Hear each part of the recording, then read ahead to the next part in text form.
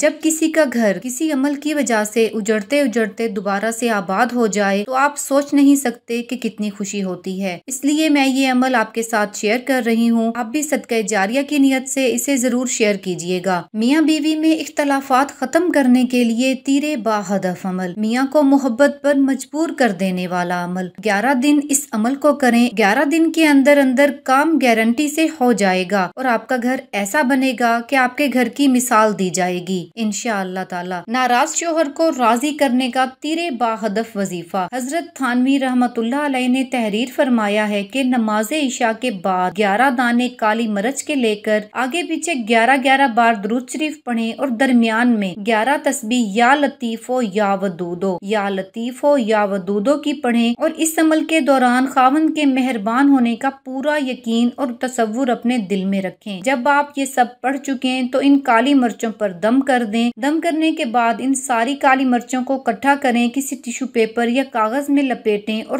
تیز آنچ میں ڈال دیں اور اللہ تعالیٰ سے اپنے مقصد کے حصول کے لیے پورے یقین اور یکسوئی سے دعا کریں۔ انشاءاللہ تعالیٰ آپ کا خامد اس عمل کی برکت سے مہربان ہو جائے گا۔ یہ عمل کم از کم 11، 21 یا 40 روز تک لازمی کریں۔ انشاءاللہ تعالیٰ آپ کو اس کے حیرت انگیز فائدے اپنی آنکھوں سے دیکھنے کو ملیں گے۔